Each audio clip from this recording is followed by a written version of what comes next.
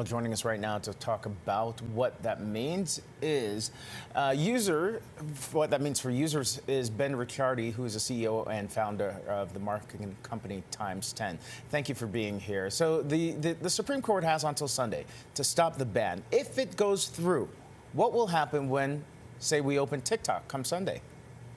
I mean, from what we're understanding, they're going to have the ability to essentially get rid of everything. So when you go to click the button, it won't work.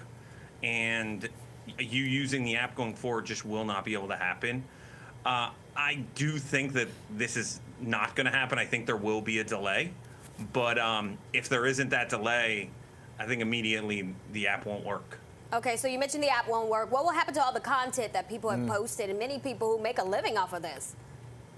Yeah, I mean, I think a lot of the creators and a lot of people that make a living off this are going to be running to other competing apps. You know, most of them are on Instagram or on YouTube or some of these others. And, you know, there are some others that are popping up that I think people should be very cautious of jumping onto.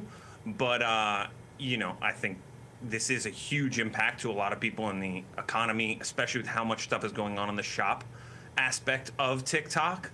So I think there's going to be a huge impact. And say President-elect Trump would reverse the ban if he's able to. If that happens, do all our posts and all of my bad dance moves pop back up? Yeah, everything will come back. I mean, everything right now is on the cloud, and, you know, everything's still going to be there. I mean, so when it does come back to normal, it's not just going to come back at zero. It's going to go back to the way it was before.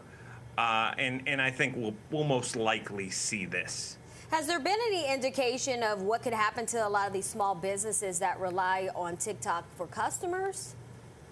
I mean, over the past 6 months or so, TikTok Shop has become a massive aspect for a lot of e-com businesses, different types of products that are selling like wildfire, excuse my language being out here in Los Angeles, but that are selling like crazy on TikTok. And I think that's going to massively affect them.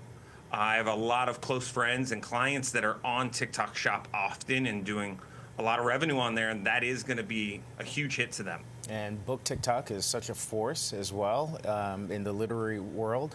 What about these other apps that so many influencers are talking about, including one called Red Note, which is owned by a Chinese company, I believe?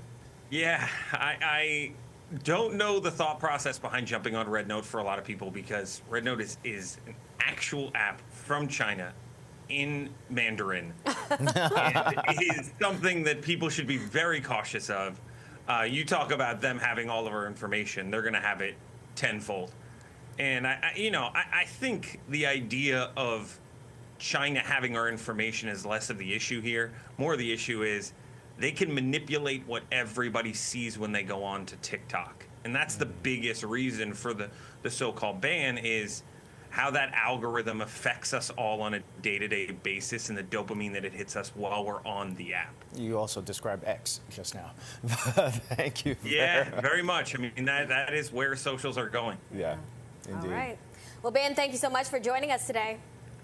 Absolutely. Thank you so much for having me. Appreciate it.